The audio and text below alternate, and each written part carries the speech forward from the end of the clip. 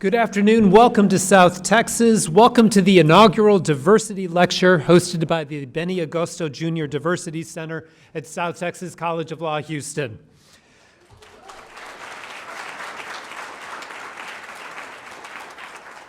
And please join me in welcoming Derek Johnson, the president of the NAACP.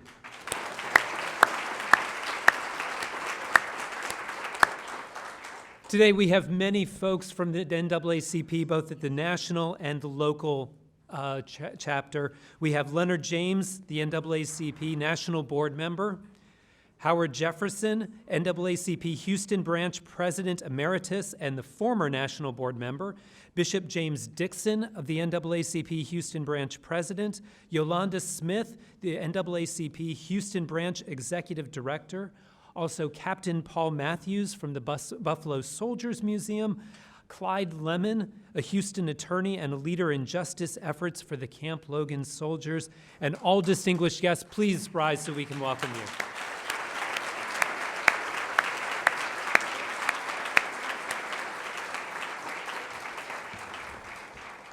We are particularly appreciative of the role that the NAACP has played along with South Texas in fighting for justice for the Camp Logan soldiers from 1917. We will continue that work with the NAACP to heal the divisions, to fight for justice for everyone, from every community, every ethnicity, every socioeconomic group. That's the rule, not the exception. We have honored guests here today from the South Texas College of Law Houston Board of Directors, the Alumni Association of South Texas, the Black Alumni Association, the Hispanic Alumni Association, numerous judges and elected officials, distinguished guests from the community. Thank you for being with us today. We're honored that you've joined us. This event today is very special for us at South Texas. As you walked in today, you may have noticed our school's mission statement in the foyer on the right-hand side, and it speaks to our commitment to a diverse body of students. That commitment was in evidence back in 1923 at the school's founding. When of the 30 or so students in that first class, 5 were women. That commitment was in evidence in the 1960s and the 1970s, when individuals like Mamie Proctor was the first African-American to attend South Texas, and more recently, Gladys Goffney, now 90 years old, who recently received an award for 50 years with the State Bar of Texas when she graduated in 1971. And that evidence is continuing today, with diversity being a key part of our mission, with 55% of our student body being women, more than 49% of our student body identifying as a minority student. But there's more work to be done. Houston is the most diverse city in America, and we recognize to meet the needs of this legal community and this community that we serve, South Texas must be the most intentionally and successfully diverse law school in the country, bar none.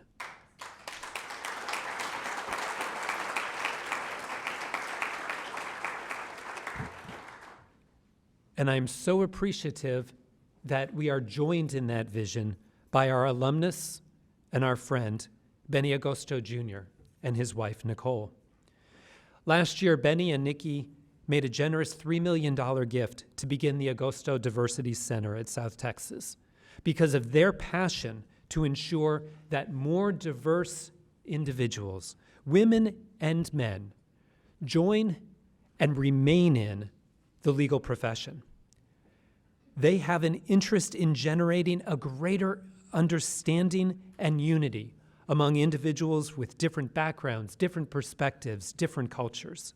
And we're delighted today to offer this special lecture, the first Agosto lecture from the center bearing his name. Benny, we are ever grateful to you and to Nicole for making today and events like this possible. Thank you.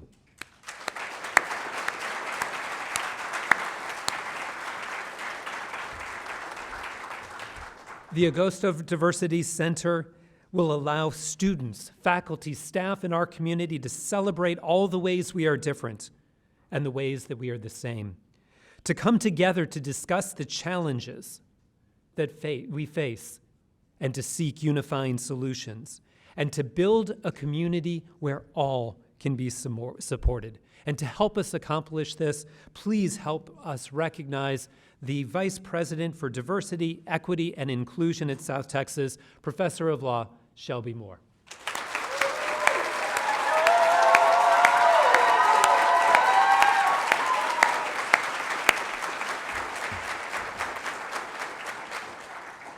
I look forward to all that we will accomplish over the years at the Agosto Center under Professor Moore's leadership.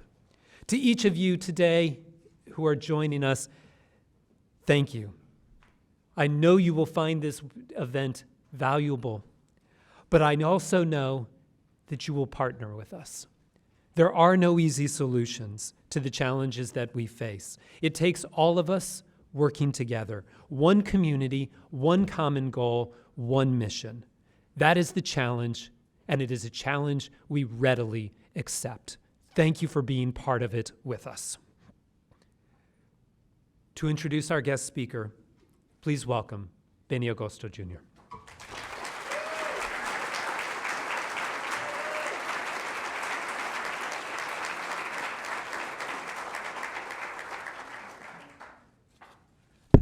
Thank you, Dean, and thank you, everyone.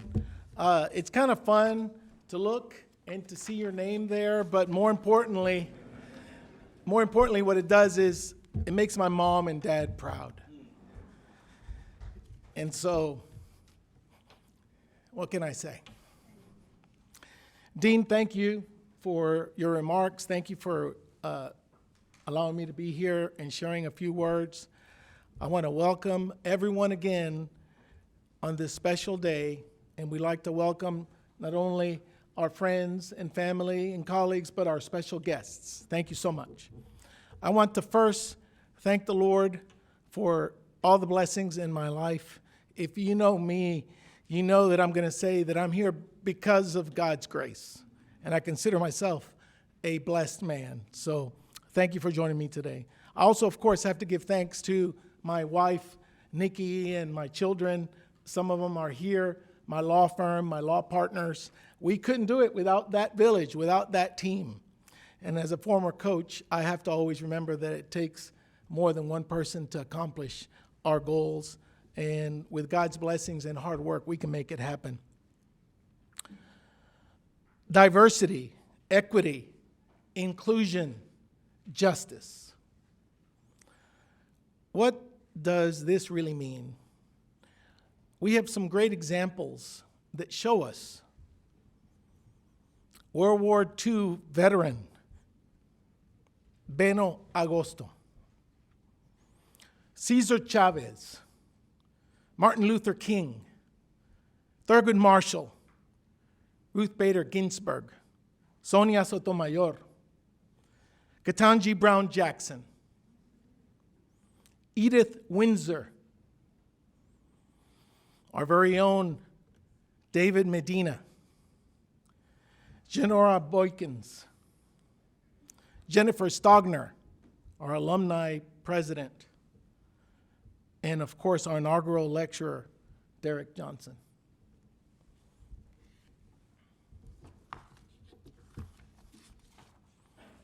With the opening of the Agosto Diversity Center at South Texas College of Law, I want us, and we should always focus on what unites us. Our differences make us stronger, not weaker. We must remember that there are many firsts. We accomplish firsts, and we love to celebrate them. Without a doubt, we do. But to be the first is to be free of the restraints of history. You can set the mark. You, the students, the future of the law, and the future of South Texas. So remember to set remarkable goals for yourself and get to work on achieving them. That is my message to you. Today, it is my honor and privilege to introduce a fellow alumnus. I would say classmate, even though we didn't graduate at the same time. I got him beat by a year or two. but we roamed the halls together, which is the exciting thing, now looking back. He has distinguished himself through his national leadership, serving as a strong voice for justice and speaking truth to power. Derek Johnson, a 1997 graduate of South Texas College of Law, has served as president and CEO of the NAACP since 2017. He has helped guide the national organization through a period of re-envisioning and reinvigoration, and its impact has been significant. I will tell you just a few of his accomplishments. Before his current role, Mr. Johnson served as the vice chairman of the NAACP National Board of Directors and as the state president for the Mississippi State Conference, NAACP. Under his leadership, the NAACP has undertaken such efforts as the 2018 Log Out Facebook campaign, pressuring Facebook after reports of Russian hackers targeting African Americans. The NAACP created, under his tutelage, the Jamestown to Jamestown Partnership to mark the 400th year anniversary of the enslaved Africans first touching the shores of America. And in 2020, the NAACP launched the We Are Done Dying campaign, which exposed the inequities embedded in the American healthcare system and the country at large. Mr. Johnson was born in Detroit, and he earned his bachelor's degree at Tougaloo College in Mississippi before traveling to Houston and attending law school right here on these premises. Great pride for all of us. He has served as guest lecturer at Harvard Law School, and we need to also add South Texas College of Law now. And he, of course, has been an adjunct professor at his alma mater. So please join me to give a warm welcome to our inaugural Agosto Diversity Center lecturer, Mr. Derek Johnson.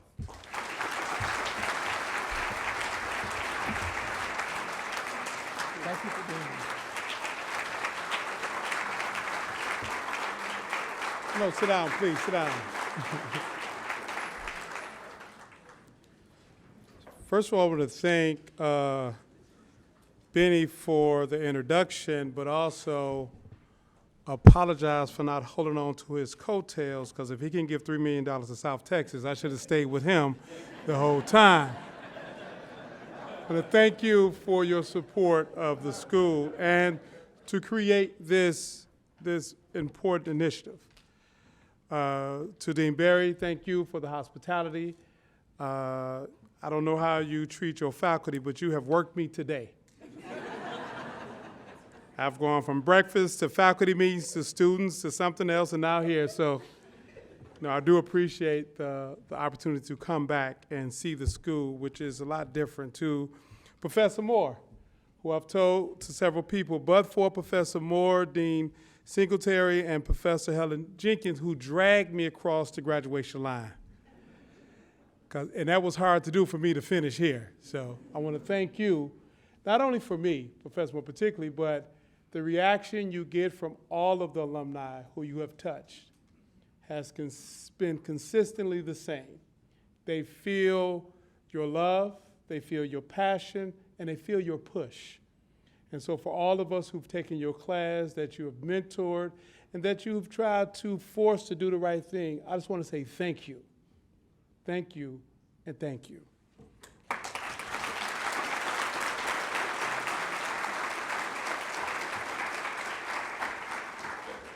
Plus, I took her Lou Rawls cassettes, and I didn't give them back to her, so I owe her Lou Rawls cassettes. To members of our national board who are here in Houston, I heard Leonard James. I didn't see Howard Jefferson, but I heard his name. But Claude Cummings, who is also here, resident of Houston. I also want to recognize Representative Ron Reynolds, who's also here. Let's give them a hand.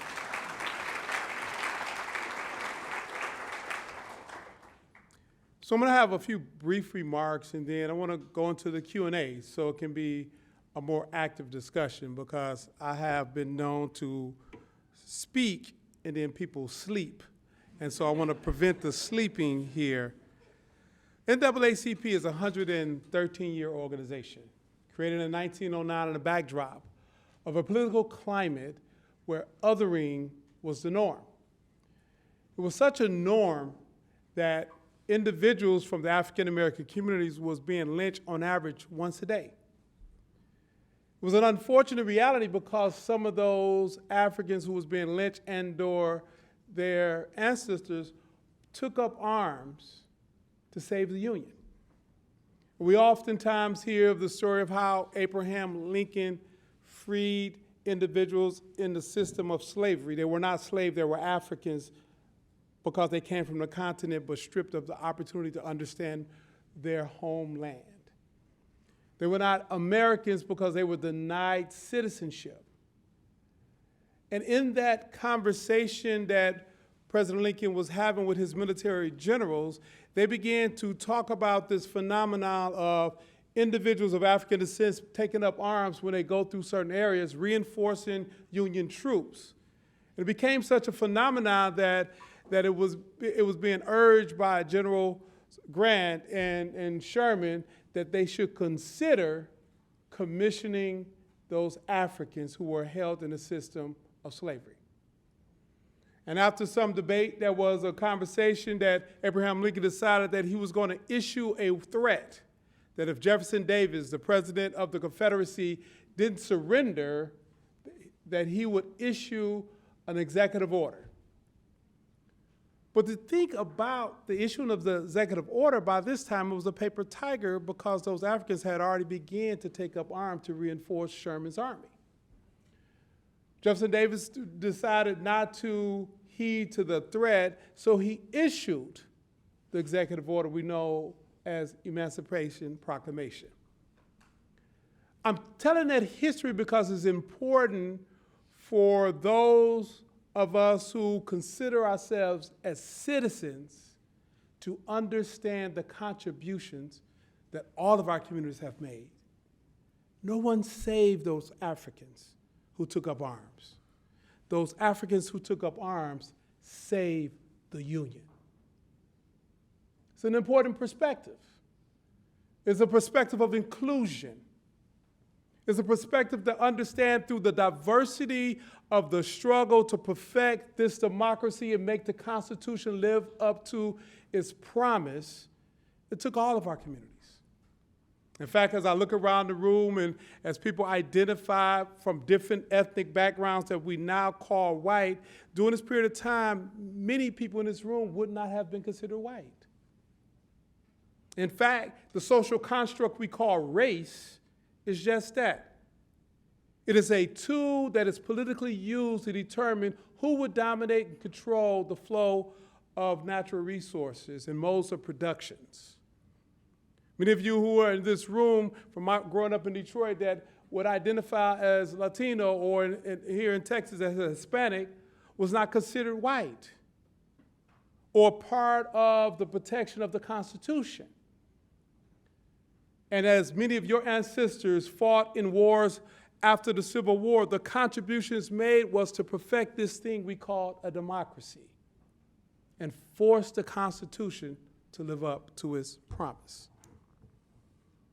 In 1908, there were a set of individuals, after knowing that their ancestors, and a few of them who were old enough, who recalled the Civil War, who took up arms, who fought to protect the Union, so that we wouldn't have a divided America, we have a united America, inclusive all of the states that were considered states at the time. Realizing that their sacrifice, the blood on the battlefield, and their ability to reinforce Union troops who were losing the Civil War allowed them the benefits of what we now know as the 13th, the 14th, and the 15th Amendment. Important to understand, particularly in a law school where we're training legal minds around legal theories and trying to build future lawyers and critical thinkers who would stand up with character and integrity, we must infuse into those young legal minds accurate understandings of history. Because if we don't, we get a distorted and warped reality of what has really taken place in this nation to protect democracy. NAACP, after the creation of the organization, as a result of two groups coming together to be one. One group called by W.B. Du Bois and William Monroe Trotter, inclusive of Ida B. Wells, met one year. The next year, there was a race riot in Springfield, Illinois, the place where Abraham Lincoln announced his candidacy for presidency, the place where Barack Obama also did the same. In Springfield, Illinois, like most parts of this country, there was racial tension. And as a result of the Springfield, Illinois riots, where it was okay for people to gather in the town square to witness a lynching as if it was a carnival or fair. But Springfield, Illinois was not the exception. This is something that was happening all across the country. And there was a group of individuals who called upon that next year, the group that met in Niagara, if they would meet in New York. And many of those individuals, if we look at the pictures now, we would consider them white, but those individuals were not considered white because under the social construct, only white Anglo-Saxon Protestants could fit the bill. So if you was Jewish, you was not considered white. If you was Catholic, you was not considered white. If you was Italian, you was not considered white. The social construct is a made-up fallacy to maintain a culture of power and control of individuals. And as we train critical thinkers at this school, we must also understand the common law theory, as it derives from England, was about protecting of property, not people. And you put those two things together, the value conversation we must have is whether or not we're going to train people to protect people or train those same individuals to protect property, putting profits over people. That's the dynamic we're finding ourselves in this current political climate. That it's okay to disagree and vigorously debate the role of government, tax policy, who gets taxed, who's not taxed, and how those tax dollars are spent. But it is not okay to otherize people and communities, to demean their existence or question their humanity, or to create a space where they don't feel safe because they may be same loving couples. The fact that we stand here today, that I stand here today. In a school, when I first walked in the door, I said to myself, how the hell I get here? A school of over 1,200 students and about 62, 63 blacks. Wasn't very welcoming. And I don't know about you, Benny, when you walked in the door, it didn't feel like it was a place I belonged. It felt as if I was a foreigner. I can remember that first day in torts. I sat there, I said, what the hell is a tort? Any first generation law students who did the same? Look at all the hands up. Law school is a place where many of us have been privileged to attend or are attending.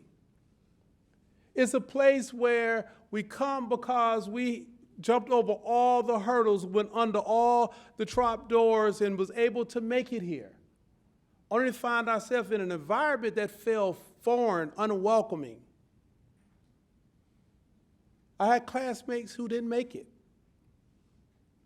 And so the fact that the dean and Professor Moore and Benny have come up with a space where people can feel welcome, they can feel included, that diversity can be celebrated as they pursue equity, is something that we all should give a hand to, because this environment have not always been the same.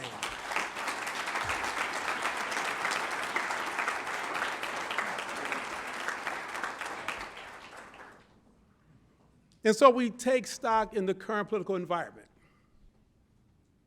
A political environment that has escalated in a direction which is harmful to all of us in here. A political environment that have gone off the rails, so much so that something has took place January 6th that none of us would have ever believed could happen in this country. Turning on the television and watching individuals attack the United States Capitol. NAACP, we understand what that means, not only for this nation, but the safety of our community. That when you normalize intolerance and racial hatred, where it can be displayed in Charlottesville, Virginia, Jews will not replace us. Or in 1 week's time, you find that there is a shooting massacre in El Paso at a Walmart, followed by a attempted shooting at a black church in Louisville, Kentucky, only for the person to go to the Kroger to kill black folks, only to be followed by, in the same week, a massacre at a Jewish synagogue. In the same week, the Latino community, the black community, the Jewish community, otherized because of social media platforms that lack any guardrails to protect communities. You know, it's funny, I recall sitting in law school, and I didn't understand it, that free speech, we went through it, and then the exception, because law school was frustrating. You learn the rule, and there's 1,000 exceptions to the rule, and say, so why do you have the rule in the first place? But the exception to free speech is you cannot scream fire in a theater. And day in and day out on social media platforms, people are screaming fire. And there are no legal guardrails to protect community. In fact, social media platforms are now super spreaders. They're super spreaders of bad information. And so as critical thinkers who are now studying here and others, we have to figure out how to protect this democracy. The same way many in the Latino community picked up arms and joined the armed forces to fight in World Wars I and World War II, protecting democracy. The same way individuals in the Asian community who was brought here oftentimes as a source of readily available cheap labor, joined the armed forces to protect this democracy. The same way those African soldiers, after being treated in the most inhumane way possible, seeing their freedom through standing up to protect a democracy they helped build. The times now are calling for us to do the same. That as individuals will display publicly their racial hatred, gender hatred, LGBTQ hatred, ethnic hatred, hatred around how people pray and worship, the otherizing. We must put back in place guardrails so individuals will not be recruited on a social media platform like Facebook, radicalized on their same platforms, put into private communities, and then go out and kill a federal official like what happened in the Bay Area under the name of the Boogaloo Boys. These are things that are actually happening. And so it's one thing to be in the public square to have legitimate debate around partisanship, role of government, tax policy. We're supposed to do that. And we can do that in a civil way. It is another thing to deny the existence of the Constitution if the rules of the Constitution go against your interest and deny outcomes of elections. Or say you're a patriot when you attacked in our nation's capital, or claim to be on the right side of history when you use the tools of otherism. It is our job in the legal profession to erect guardrails, to ensure people are held accountable for harms against others, so that we must and may protect this democracy. Thank you.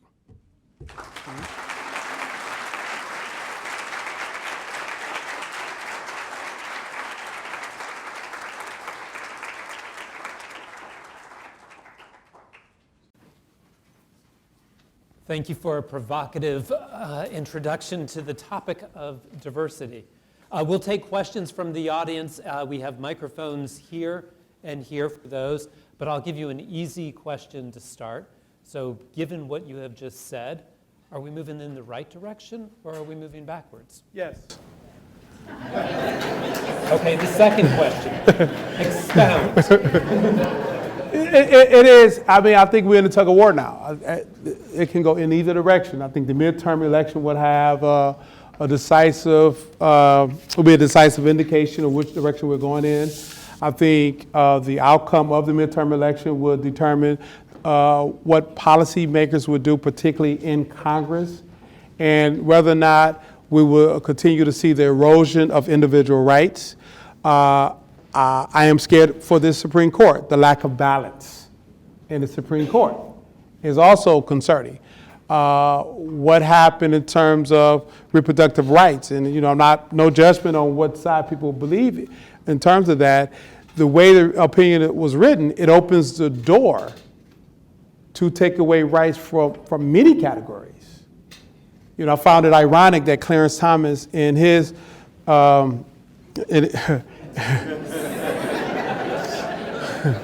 right? So he writes it so broad that said, well, maybe we should reconsider several rights, and he listed them, except the right for interracial marriage. So, are we going in the right direction or the wrong direction? Yes, because it can go either way really fast. Very good. Questions?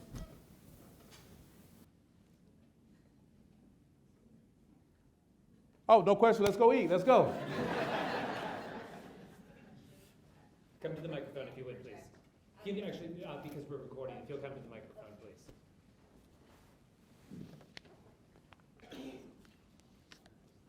It's like being cold called on your 1L towards class. Yes. Everybody So what is a tort? That's right. Dean Barry. Well, first of all, thank you for being here. My name is Marquia Bordeaux, class of 2020. And I guess the question I have is for the attorneys who may not work in the civil rights space or they don't identify as minority. What is advice that you can give them, or like a call to action for these attorneys to go out and use their resources and their connections to fight for the communities that are being discriminated against and subjected to all the things that you talked about? So first of all, perfect your craft. Be the best in your area of practice you can be. Because we have a really, really good tax counsel, we're a stronger organization. So if you want to go into a tax practice, that's one way you do it. Because we have an extraordinary counsel who represent us in the entertainment space, we're able to grow. So the narrow concept that you have to practice in a particular area to be supportive of equity and civil rights, throw that out the window. Perfect your craft, because when I walked into this role, people thought like, good, you can go and protest, you can do these things. No, I run a business. And so I have to understand contract law. We have a building that we need to sunset, so I need to understand some real estate and property law. We're looking at to relocate our building downtown, to DC. So I got to understand, the ins and outs of some construction stuff. When I'm talking to tax counsel and we have to reorganize our board, I need to understand very clearly what was the difference between the C3 and the C4 and the LLC and the corporation. Corporate law comes into play. We touch everything. That we have a publicly traded instrument on the NASDAQ, the ETF, so that's secure transaction. Perfect your craft. And once you do that, then there are always places for you to fit. So your law degree has paid off, is what you're saying? Just a little bit. So the law degree has paid off, but the student loans ain't paid off. So there's a difference. It's a difference. That was before my time. Actually, so that's actually a good question. The NAACP has been very much involved in the conversation about student loans. Mm-hmm. Why is that so important? So when you consider the wealth gap or the racial wealth gap, either one, wealth in this nation primarily have been built based on two primary vehicles, home ownership and entrepreneurship, much of which require the ability to borrow capital on the front end. But the thing that prevents individuals from borrowing capital is your debt ratio. And the number one debt for African Americans now, student loans. But what's unique about student loans, like any other debt, it's a super debt. You cannot discharge it in bankruptcy.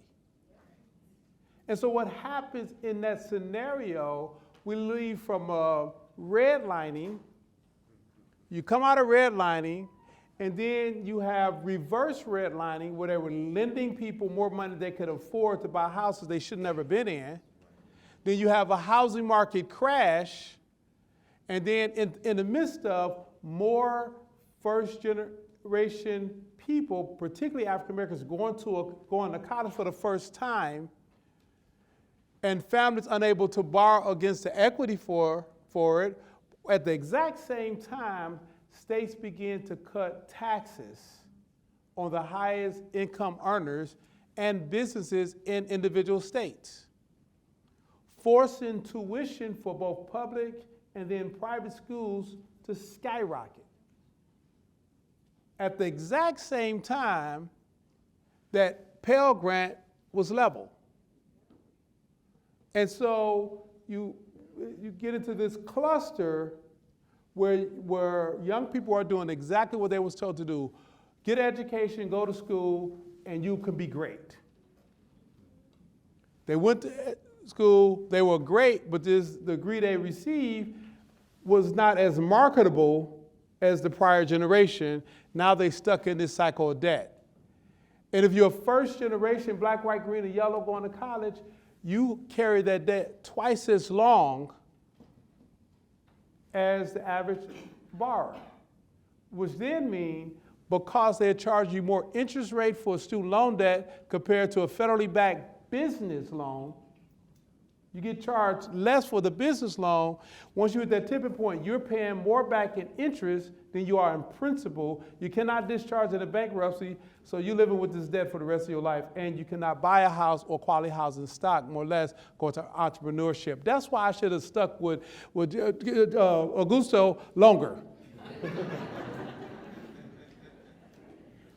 So it becomes a scenario where the racial wealth gap, the wealth gap grows at an accelerated pace because of this super debt you could not discharge. So we led the campaign of cancel student loan debt, but we did it differently. It wasn't about the individual, me or anybody else. It was about the issue, and we pushed the issue out.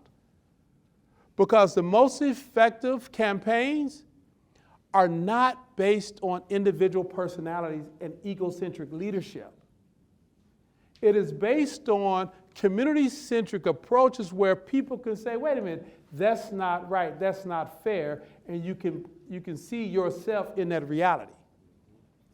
And so we led that campaign to close the gap, because in this nation, that is the richest nation in the globe, the gap between those who have and have-nots are growing wider and wider, whether it's ownership or workers. I mean, it's ridiculous. And it's not sustainable. And I remember having that class where the people was outside of England, and the Queen said, let them eat cake, and threw the cake out. Now, I don't even know if that really happened that way, but that's what we're going towards. That the super rich, that many people will never attain, and then everybody else. And when you lose a fertile middle class, you're really talking about creating a level of chaos in this country where our democracy also can be at risk. Other questions? If you'll come to the microphone, please. And then you're next.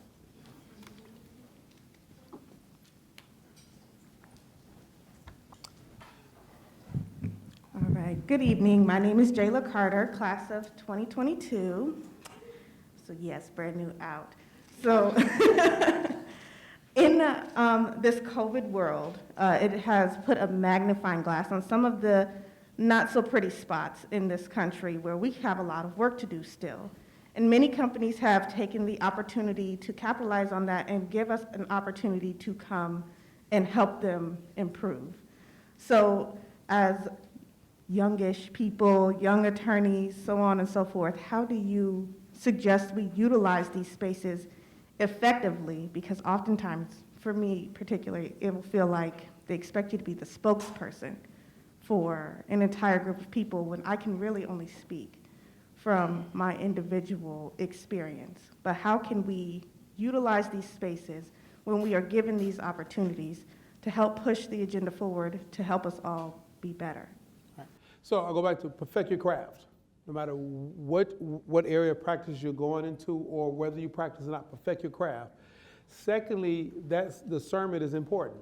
To recognize when you are being positioned authentically to represent a community, and also determine whether or not you're the best representative of that community because you want to be used. My frustration with the aftermath of George Floyd and this whole concept of ESG in the corporate discussion or DEI, everyone's discussion, is the bubble's going to burst. And either there's substance behind it or it's not. And so you don't want to be in a place where you put a lot of energy behind, if you're in a corporate space, ESG, or in other spaces, DEI, and only to wake up one morning and realize it was all for marketing and not for substance. But that's why you got to perfect your craft. Don't go down a rabbit hole to be the person over DEI. You don't have a budget or decision making. Because you'll be window dressing into the next crisis, and all of a sudden DEI get phased out, and we're talking about bubblegum on Gilligan Island. I mean, it could be anything. Thank you.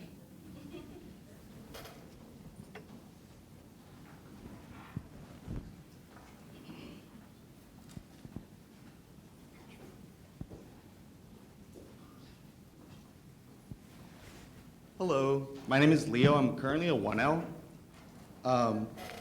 During your speech earlier, you mentioned Boogaloo Boys, January 6th, Charlottesville.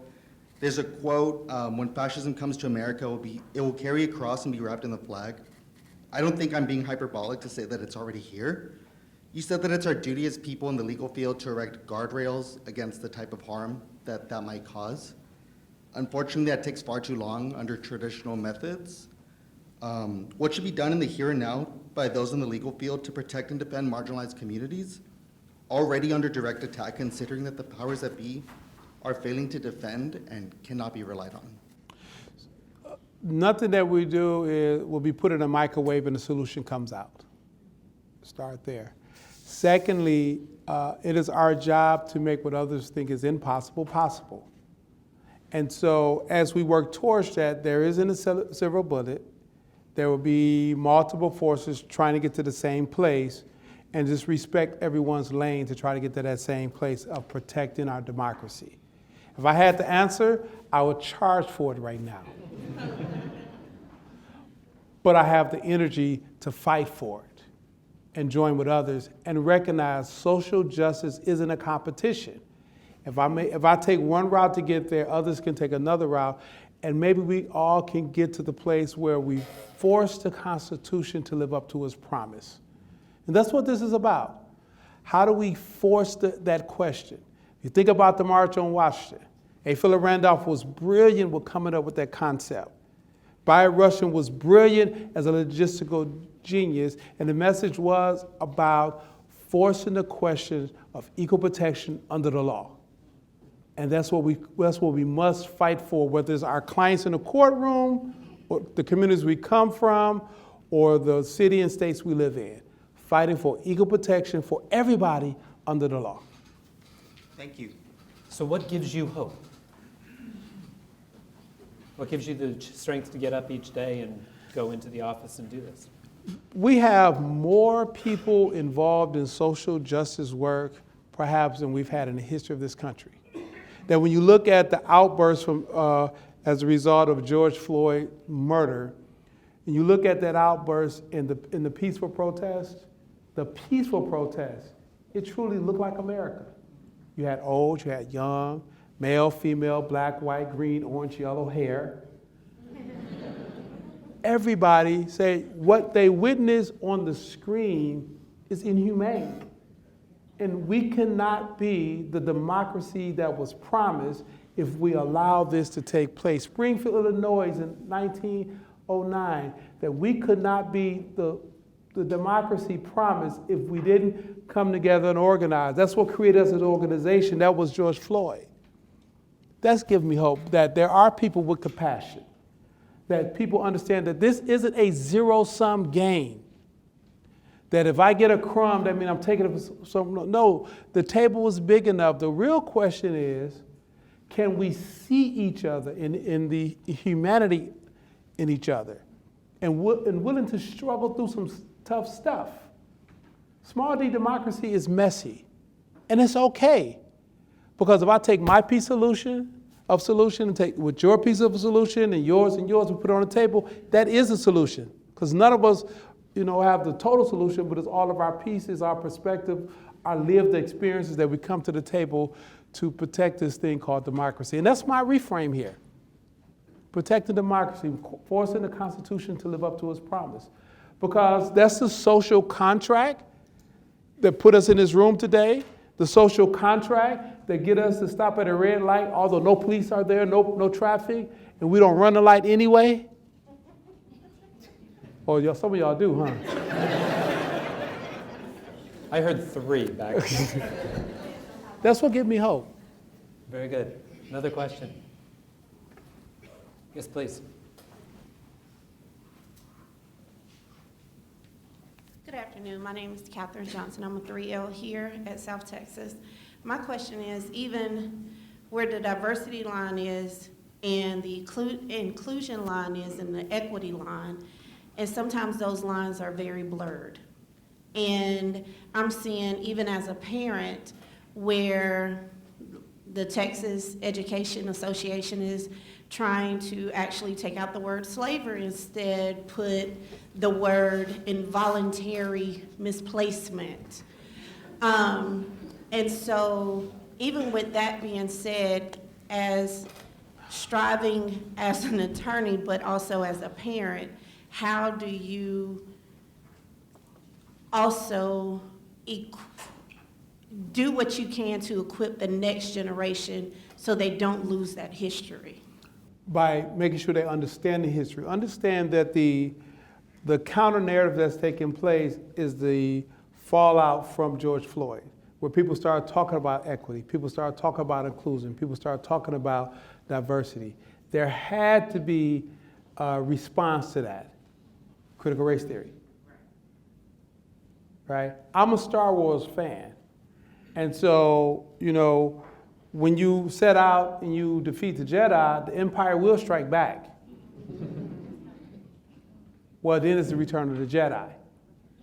But the Jedi cannot return if that Jedi lacked knowledge and history of why the tools of narrative and messaging can be effective both ways. It's a hammer. If you ain't careful, you can hit yourself in the head with it as quick as you can hit someone else. So the narrative, counter-narrative conversation are all tools to try to maintain a status quo. And so make sure whatever generation you talk about, our generation or after, that they understand these are nothing but tools. It will fade away. This whole debate around critical race theory, it's going to go off into some other narrative to try to shock people into fear to react even against their own interests. The most fascinating thing I've seen was a state legislative conversation in 2014 about expanding Affordable Care Act. Now, if you call it Obamacare, people don't want it. I don't want no Obamacare. But if you call it Affordable Care Act, that's good. We need that. The same person, right?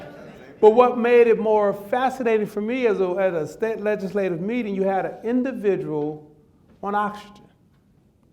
Now, this individual was of common means at best, who was there to protest against the state considering expanding affordable care, while they was sucking out of an oxygen tank paid for by Medicaid and Medicare. But the narrative had been so racialized, and the boogeyman was at the door, he found it worthy enough to get out of whatever chair with his oxygen tank that was rolling behind him to go have his voice heard that government need to get out of our medical health care. Narrative, counter-narrative. And we have to understand that we can't fall prey to the narrative, counter-narrative conversation. We got to get to the substance of opportunity. One more question. I have long answers for short questions. I said that earlier. Good evening. Amazing lecture. I'm the oddball out of the group. My name is Shatoy King. I am a nursing professor at UTMB Galveston. And we just started the DEI process and just started our committee. I'm a part of that committee. And my question is about cultural competence and trying to teach this to our faculty that are mainly not of color. And trying to get them to understand that you can't just say whatever you want to say in a classroom full of people that don't look like them. So how do you feel about that, or what do you think about the cultural competence? Call him and let him sue him. Right, it gets to a point where, so the dynamics in this country, the demographics in this country is changing much faster than some people recognize and others are scared of. This county alone is one of the most diverse counties in the country. This county also has more population than most states, than a lot of states. And there was a time when I was in law school here, it also led the way in individuals being convicted for not only life sentence to be killed. I can't even get the words out, right? Harris County, I think, was the third leading out of all states of people on death row. Until 2019 election of judges, where the demographics, the majority of the county spoke, and we changed out judges who sat to hear some of those cases. And so time's going to take out a lot of people like that because the demographics demanded. Someone asked earlier about the diversity of South Texas. It's in South Texas' interest, business interest, to have a diverse body. Why? Because if they don't have any students to pull from. As a private law school, a standalone private law school, the revenue is generated through philanthropy and tuition, right? And so if your customer base over time is much more diverse, then the culture of the school must change with the reality. It's going to be the same thing in the nursing profession. It's only going to be but so long that the customer base are going to begin to demand and require a much more diverse offering of nurses that have a level of cultural competency to relate. And if they don't, call 1-800-LAWSUIT. This is our first year having more than 5 professors that are not Caucasian. And Trust we have me. a dean that is African American. Our president of UTMB is now African American. It didn't happen because someone woke up benevolent. The market space demands it. Very good.